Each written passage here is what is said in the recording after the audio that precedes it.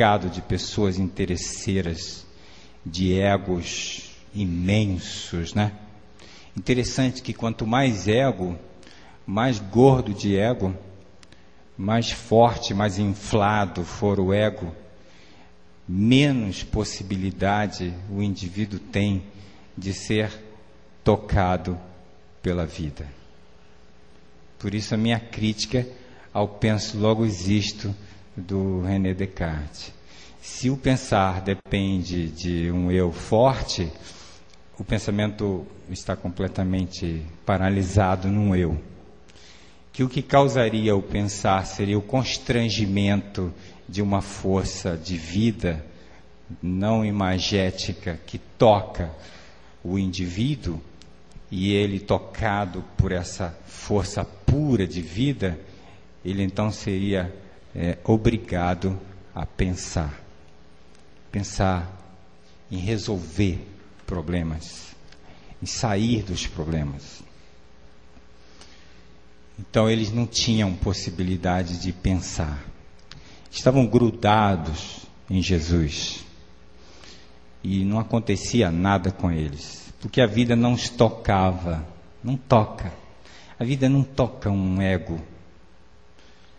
A vida é afecto. Ela opera por afecção.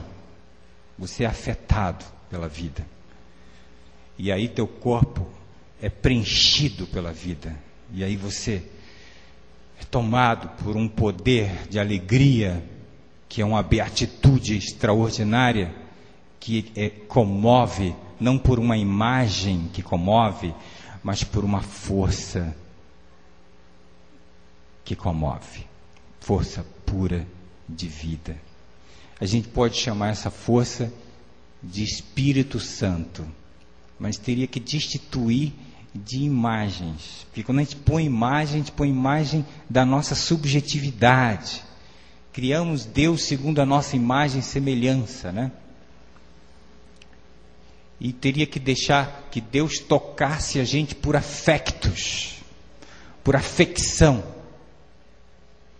Um aluno de uma universidade escreveu um recado para mim num blog que eu faço com a minha filha, e ele disse assim: quando eu li esse texto, eu fui tomado por uma alegria extraordinária. E eu também, quando eu li a mensagem dele, eu fiquei com uma alegria extraordinária. Não por causa das ideias, mas porque o texto tocou profundamente aquele indivíduo. O texto falava sobre o corpo, sobre a saúde do corpo. Então eles não se modificavam. Ali, tão perto de Cristo, não havia nada, não acontecia nada. E a mulher, coitada, tentando chegar perto, com toda aquela multidão cercando, ela se embrenhou por debaixo das pernas de muitos, esticou o braço tentando pegar nele, mas não conseguiu pegar nele, no corpo do indivíduo. Só conseguiu tocar num pedaço do vestido. E aí ele parou. Essa é a cena mais extraordinária dessa relação do conceito de vida, indivíduo e vida plena. Porque é um indivíduo que sofre com seu corpo, mas que tem um eu pequeno. Que bom! O eu pequeno, o mínimo de eu para viver. E ele para e pergunta: quem me tocou? A pergunta é interessante porque todo mundo tocava. E o discípulo diz: mas Senhor, todo mundo te toca. Ele diz: não, um toque diferente. De mim saiu vida. Vida abundante.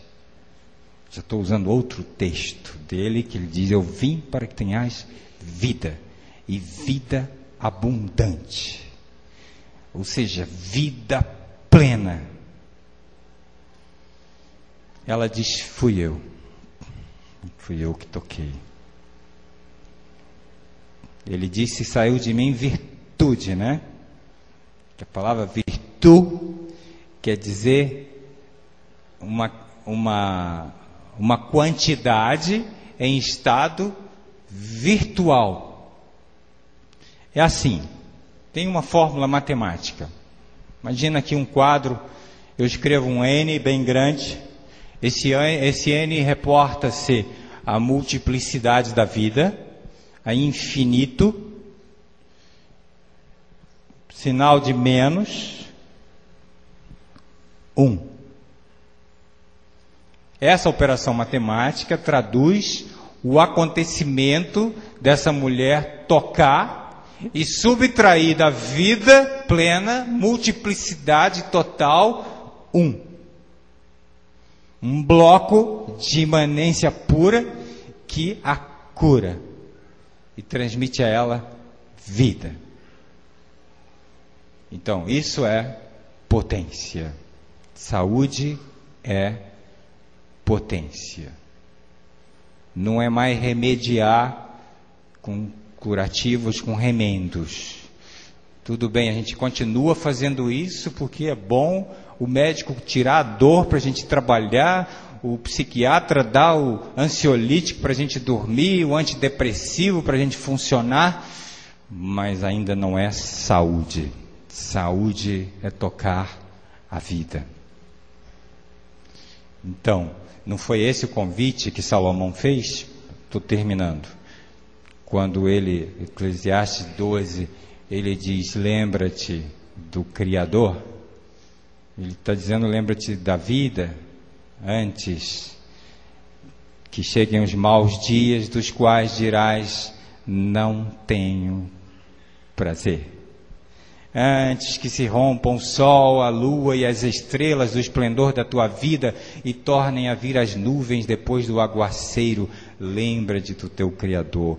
Antes que os moedores da boca sejam poucos, lembra-te do teu Criador. Está falando de um indivíduo desfragmentando, destruindo-se. Antes que as filhas da alma se emudeçam e não toquem mais. Antes que se rompa o fio de prata, que é a coluna vertebral, que a gente vai ficando meio dobrado, e o copo junto à fonte se despedace, o copo de ouro se despedace. Vaidade das vaidades, tudo é vaidade. Ele está se referindo ao ego. Então, para que a vida plena toque esse corpo subjetivado por um eu, é preciso que o eu se desfragmente, e muitas vezes isso vai acontecer na tragédia e na doença. É quando a gente se desfigura. Então, vocês já pensaram como que a morte, a finitude do indivíduo pode trazer sentido para tudo isso? Porque a gente pensou na vida após a morte, discutiu isso décadas, anos e anos, e como que a morte ela pode ser um signo que transmite vida, porque o Salomão está dizendo assim, de uma outra forma, parecido com Saramago, José Saramago: se a morte morresse hoje, tudo para quem aprendeu a dar sentido através de um ressentimento da vida, de uma perspectiva não da vida presente, mas de uma perspectiva sempre futura. Ele diz, José Saramago, eu estou parafraseando com Salomão: se a morte morresse hoje, essa vida egóica perderia completamente o sentido. Não é? Como? Se a notícia chegasse hoje na mídia que a morte morreu, as funerárias iam falir amanhã. E o plano de saúde ia acabar. E o hospital ia fechar. E eu suspeito se alguém viria à igreja. tenho uma séria desconfiança que o pastor ia ficar sozinho aqui pregando. Porque se a vinda à igreja está calcada em cima de medo e culpa, não é um acontecimento vital de tocar na vida, né? Então, tá bom, a gente fica por aqui. Bom almoço para vocês.